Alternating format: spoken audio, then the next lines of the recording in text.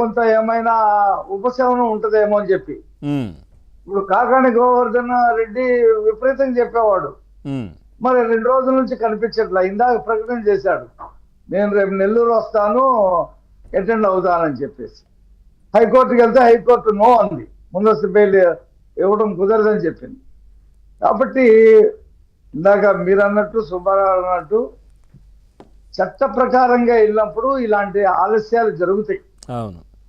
అసలు ఎటువంటి కేసు నమోదు చేయకుండా తీసుకొచ్చి అరెస్ట్ చేసి ఆ తర్వాత కేసు నమోదు చేయడం అనేది వాళ్ళు చేసిన పని. అది వాళ్ళకి గుర్తుకొచ్చి అలా మళ్ళీ నన్ను ఏమైనా చేస్తారేమో అని చెప్పి భయపడిపోవటం. ఇప్పుడు చూడండి, అతను కొడాలి అని ఏం చెప్పేవాడు, అసలు అతను మాట్లాడిన మాటలేంటి, అతను కూర్చున్న కూతలేంటి.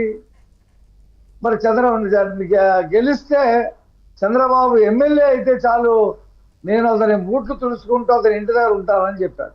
ఉమ్, మరి వాళ్ళ పరిస్థితి ఏంటి? నిన్నటి దాకా సాక్షి పేపర్లో అతనికి హార్ట్ అటాక్ కాదు, కేవలం గ్యాస్ట్రిక్ ట్రబుల్ వల్ల చేర్పించాము ఏషియన్ గ్యాస్ట్రోఎంట్రాలజీ హాస్పిటల్లో అన్నారు. ఉమ్, మరి ఉషా పుట్టిన ఎయిర్ టాక్సీ హైదరాబాద్ టు బొంబాయికి ఎయిర్ టాక్సీ బుక్ చేసుకుని చూస్తే 3 వాల్స్ బ్లాక్ అయిపోయి ఉన్నాయంట. ఆలోచన, టెన్షన్, విపరీతమైన టెన్షన్. మనం చేసింది అరాచకం, మనం చేసింది దౌర్జన్యం, మనం చేసింది అవినీతి. ఈ పక్కన చూస్తే వంశీ మీద రోజుకో కేసు అటెండ్ అవుతా ఉన్నాడు, మంచం కావాలంటున్నాడు, ఇవ్వట్లేదు. ఈ ప్రాబ్లం నాకు కూడా వస్తే పరిస్థితి ఏంటి, అసలే నా ఆరోగ్యం బాగాలేదు అని ఆ ఆలోచన, టెన్షన్ పెరిగిపోయి లోపల ఈ వ్యాధులు పెరిగిపోతా ఉన్నాయి. ఇప్పుడు ఆపరేషన్ కూడా క్రిటికల్ అంటున్నారు.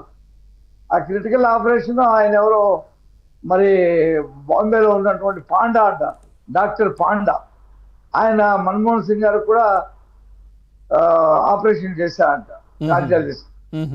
అతని దగ్గర తీసుకు అతను ఒక్కడే ఈ ఈ బ్లాక్స్ ని క్లియర్ చేయగలడు, దాంట్లో చాలా కాంప్లికేషన్స్ ఉన్నాయని చెప్పారంట.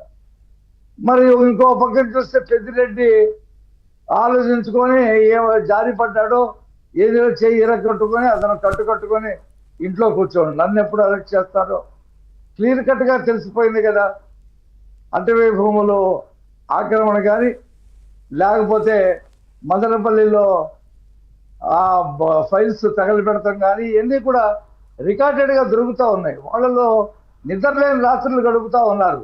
ఇప్పుడు రజనీ కూడా డబ్బులు అడిగింది, డిమాండ్ చేసింది, మొత్తం ఎస్పీ చెప్పేశాడు కదా జాషువా, ఆయన వాంగ్మూలం మొత్తం చెప్పేశాడు. అయినా అమ్మాయి మరి బొంకుతా ఉంది. కాబట్టి ఒక్కొక్కళ్ళకి రోజా కూడా ఈ మధ్య అక్కడ కనిపించట్లా. రోజా మీద కూడా రెడీ అవుతుంది కేసు. ఆ ప్రభుత్వం ఏంటంటే సాక్ష్యాలు పకడ్బందీగా సేకరించాలి, సాక్ష్యాలు పకడ్బందీగా సేకరించి కోర్టు దగ్గరికి పెడితే వాళ్ళకి బెయిల్ రాకూడదు. ఇప్పుడు వంశీ అదే కదా, సాక్ష్యాలు మేము కరెక్ట్గా పెట్టాం, కోర్టునే మోసం చేశాడు, ఆ విష్ణువర్ధన్ అనేవాడిని ఎత్తుకుని వెళ్ళిపోయి ఇప్పుడు దాదాపు 4 రోజులు దాటిపోయినట్టుంది అతని జైలు జీవితం. ఇక వంశీని చూసేటప్పటికి మిగతా అందరూ కూడా 120 మంది ఉన్నారంట, ఎమ్మెల్యేలు కానీ మంత్రులు కానీ, ఈ రకంగా భూ కబ్జాలు చేసిన, అరాచకాలు చేసిన, దౌర్జన్యాలు చేసిన వాళ్ళందరికీ నిద్రలేని రాత్రులే. అసలు జగన్మోహన్ రెడ్డి కూడా నిద్రలేని రాత్రులు. అతని ఇప్పుడు అమిత్ షా గారు పిలిపించుకొని మరి కృష్ణదేవరాయల దగ్గర తీసుకున్నాడు. అమిత్ షా గారికి తెలియకపోవడం ఆశ్చర్యం. అంతకుముందు పురంధరేశ్వర గారు ఇచ్చారు మొత్తం, ఎలక్షన్కి ముందే ఇక్కడ మద్యం కుంభకోణం జరుగుతుందని చెప్పి. మరి కేంద్రం తమిళనాడులో ఎంక్వైరీగా ఈడీని పంపించారు. ఢిల్లీలో 200 కోట్ల రూపాయలకే ముఖ్యమంత్రి, ఉప ముఖ్యమంత్రి జైలుకి వెళ్ళారు. ఇక్కడ దాదాపు 10,000 కోట్లు, అందులో 4,000 కోట్లు ఈ దేశం దాటిచ్చి అనిల్ రెడ్డి, సునీల్ రెడ్డి బయటికి పంపించారని పోస్టులతో పాటు తీసుకువెళ్ళి ఇచ్చాడు. మరి కేంద్ర ప్రభుత్వం ఏం చేస్తుందో చూడాలి. మరి మరి అందరికీ ఒకే పద్ధతి చేయాలి కదా. కాబట్టి ఇవాళ